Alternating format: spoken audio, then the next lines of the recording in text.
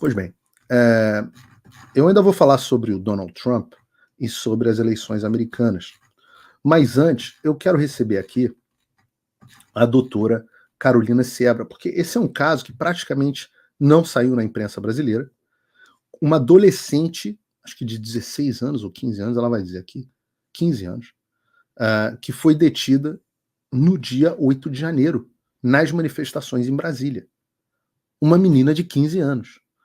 No dia 9 de janeiro, às 5h15 da tarde, o Ministério Público Federal se manifestou pela soltura da menina, que ela devia ter liberdade assistida, com prestações de serviço à comunidade. E sem absolutamente sem nenhuma defesa, às 17h53, ou seja, 40 minutos depois, o juiz da Vara da Infância do Distrito Federal condenou, e no dia 3/2 de 2023, o caso dela transitou em julgado. Há alguns dias, ela ia 2 vezes por semana para o CREAS da cidade dela, e ela era atendida por uma assistente social que ficava falando de política para ela durante 4 horas. É quase um campo de reeducação juvenil. Na quinta-feira passada, a turma da Asfav e da doutora Carolina Seabra mandaram uma advogada para lá para acompanhar e questionar o procedimento. E a assistente social falou que a menina foi detida por golpe de Estado e devia aprender sobre política para não fazer mais isso. Ontem a família foi chamada lá e agora a menina de fato vai prestar serviços à comunidade. Para conversar sobre o assunto, eu vou trazer aqui a advogada da menina, a doutora Carolina Seabra. Eu estou com a sua querida amiga e colega, doutora Gabriela, na cabeça. Ela também sempre está nas minhas orações. Doutora Carolina, muito obrigado por ter vindo aqui, aceito o convite do Paulo Figueiredo Show, porque esse caso ele praticamente não foi falado, né? É um caso absolutamente desconhecido. A gente tem uma jovem de 15 anos, menor de idade, num país onde os jovens que praticam furtos, roubos, tráfico de drogas estão aí à solta fazendo o que querem, e a gente está tendo uma menina sofrendo lavagem cerebral do Estado com base em sentença de juízo. O que está acontecendo, doutora? Exatamente, Paulo. Quero agradecer o momento, a oportunidade de contar o caso dela, porque realmente é estarrecedor. Quando eu entrei no processo, eu fiquei chocada com tudo que aconteceu. Fomos procurados, né, para atendê-la, e porque ela se sentiu incomodada com a forma que estava sendo conduzida essa liberdade assistida dela, né?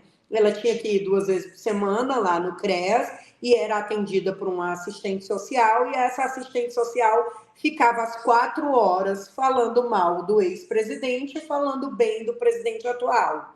E aí, incomodada com aquela situação, porque ela rebatia algumas vezes e a assistente também ficava chateada com as respostas dela, ela buscou a mãe, que nos procurou também, e eu assumi o caso dela desde semana passada. E aí, falamos com uma colega que também é da Asfav, e ela acompanhou a menina na quinta-feira. E se posicionando lá na frente da assistente social, primeiro, a assistente social disse que não tinha obrigação nenhuma de receber advogado. Queria até saber por que era que o advogado tinha ido, a advogada tinha ido, ao invés dos responsáveis legais da menina. E aí a advogada disse assim, não, olha, mas não tem problema, se você quiser eu faço um requerimento formal e a gente formaliza tudo que está acontecendo aqui. Aí ela disse, não precisa, vamos conversar nós duas aqui. E nessa conversa, a advogada falou para ela que o papel dela não era esse, ela não estava ali para doutrinar ninguém. E ela disse essa resposta, como você disse, essa menina foi presa por tentativa de golpe de Estado, um ato infracional, e ela tem que ser doutrinada para que ela não faça mais isso. Entendeu? Então, assim, depois que essa história veio à tona pra gente, que a advogada esteve lá e que eu entrei no processo para poder fazer, para ver o que a gente faria por ela, A família dela foi chamada ontem, segunda-feira, para que ela, de fato, agora preste um serviço à comunidade na biblioteca em frente à casa dela. Biblioteca de uma escola pública. Todavia, Paulo, o que me surpreendeu foi o fato, como você disse, o Ministério Público se manifestou às 5h15 do dia 9 de janeiro, 24 horas depois que ela foi detida, e o juiz da Vara de Infância e Juventude aqui do DF deu a sentença às 17h53, 43 minutos. E isso é estranho porque parece até que a Vara não tem nada o que fazer, né? Ele estava só esperando essa manifestação do Ministério Público. É muito esquisito. Essa história é absolutamente assim. A gente.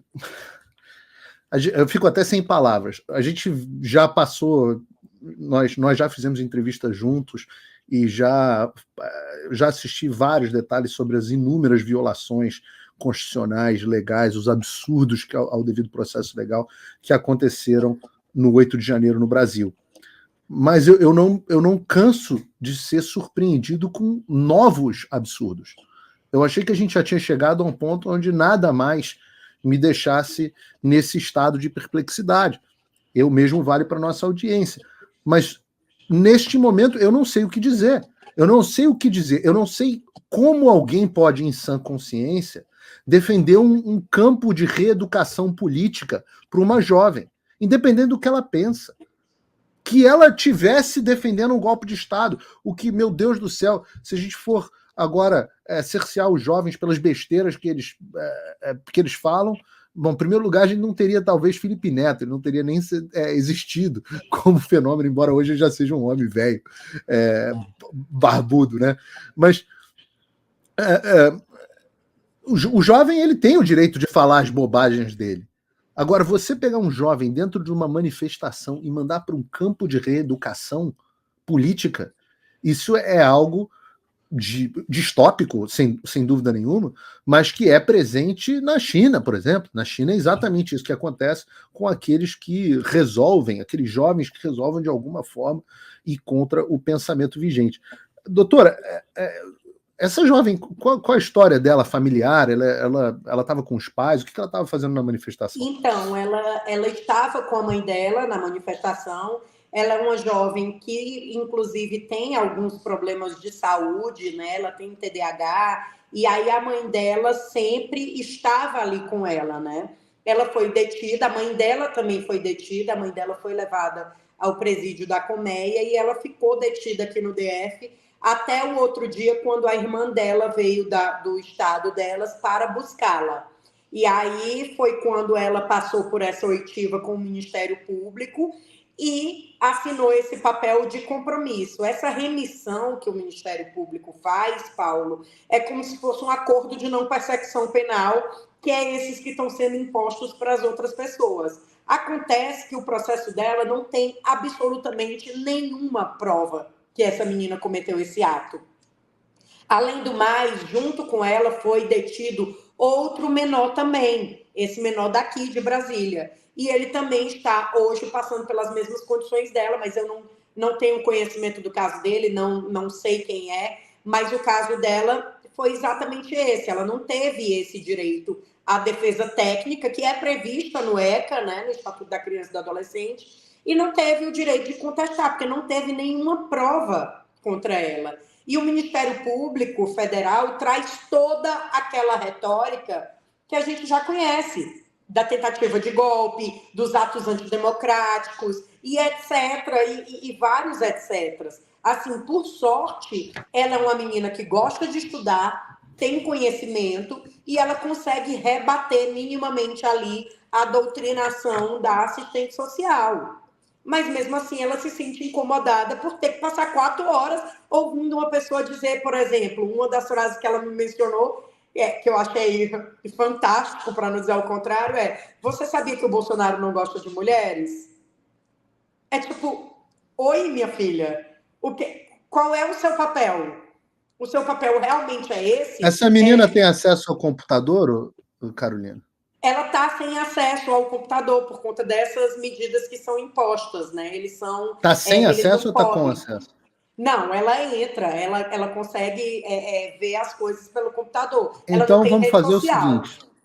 Não tem problema. Vamos fazer o seguinte. Assim que terminar o programa, você me dá o e-mail dela, que eu vou mandar para ela uma cortesia do fim da América e do mundo como conhecemos.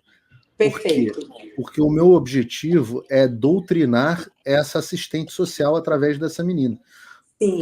Ela vai ficar tão imbatível nos argumentos políticos dela que ela vai sair de lá, a assistente social vai sair com...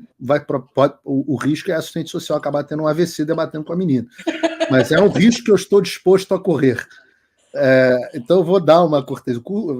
É um presente, normalmente custa mais de R$1.000. Eu vou mandar aqui para ela que ela merece.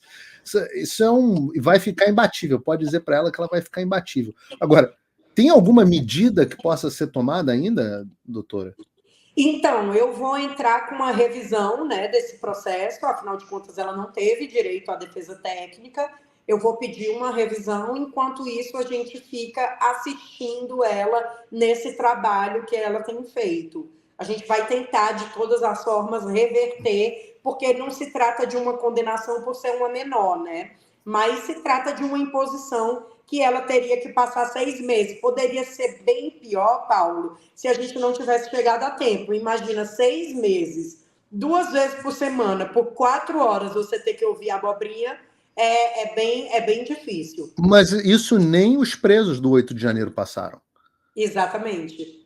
Eu quero chamar a atenção para isso, porque nem os efetivamente condenados, lá com todos os absurdos do 8 de janeiro, eles não tiveram que passar por essa reeducação que é, repito, digna de um regime comunista chinês. O Mao Zedong fazia exatamente isso, mandava, aliás, o regime chinês do Xi Jinping faz isso ainda com as minorias, com os uiguires, com os muçulmanos, etc., manda para campo de reeducação. Uhum. Então vamos desfazer isso. A primeira medida para desfazer isso vai ser um detox com essa menina com o fim da América. Olha, ela vai gostar muito e eu já agradeço de antemão por ela. Assim, mas é uma coisa, assim, algum veículo noticiou isso, Carolina? Porque eu não vi isso em lugar nenhum. Eu passo o tempo inteiro aqui com a minha equipe fazendo aqui um radar da mídia, né? Brincando aqui com o nome de um programa que eu já tive, fazendo um radar da mídia aqui, analisando, fazendo um compilado das notícias, e eu não vi nada sobre isso em lugar nenhum, e por isso que eu falei, exato, tem que Paulo, trazer isso aqui no programa. É até estranho essa situação, né? Porque a gente que é da SFAV, que estamos 24 horas mergulhados nisso, a gente também não tinha esse conhecimento. A gente não sabia o que estava acontecendo com ela. Para quem não sabe, aqui a audiência, a ASFAV é a Associação dos Familiares e Vítimas do 8 de Janeiro, que acompanha todos os presos. Tem uma entrevista longa minha com a doutora Carolina e com o doutor Ezequiel, aqui presencialmente, que fizemos aqui em Miami. Tem um trabalho longo deles, eles estiveram com a gente na coletiva de imprensa que nós fizemos do lado de fora do Capitólio, e nem eles tinham ciência desse caso, ou seja, cada enxadada é uma minhoca, né? E assim, a gente todo dia se defronta com várias outras novidades e peculiaridades, que é como você disse, a gente acha que não vai mais ficar chocado, que não tem mais nada que aconteça, e temos, como a prisão do Moisés dos Anjos esses dias, que o processo foi suspenso por um pedido de vistas do André Mendonça, e mesmo assim o Alexandre de Moraes transitou em julgado o processo e mandou prender, entendeu? Então, assim, um processo que estava sob pedido de vistas. E o André Mendonça fez o quê diante dessa situação? Só por curiosidade. Não, o processo está parado com esse pedido de vistas. Não, mas está transitado em julgado ou está parado? É exatamente isso. Não sou especialista em direito, mas eu não fiz direito. Mesmo se fosse, você não ia entender. Mas pelo que eu sei, um processo não pode estar transitado em julgado e, ao mesmo tempo, sob vistas parado. Não se ele fizer parte do novo Código Penal Gourmet, do livro Xandaquistão. Alexandre de Moraes. No Xandaquistão tudo é possível. Olha, Tudo é possível. Só rindo mesmo.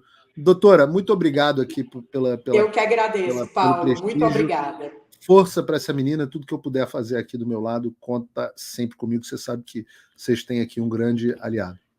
Muito obrigada, Paulo. Bom trabalho para você e é um prazer estar aqui contigo. Obrigada, todo meu, viu? Todo meu. Até Obrigado. logo.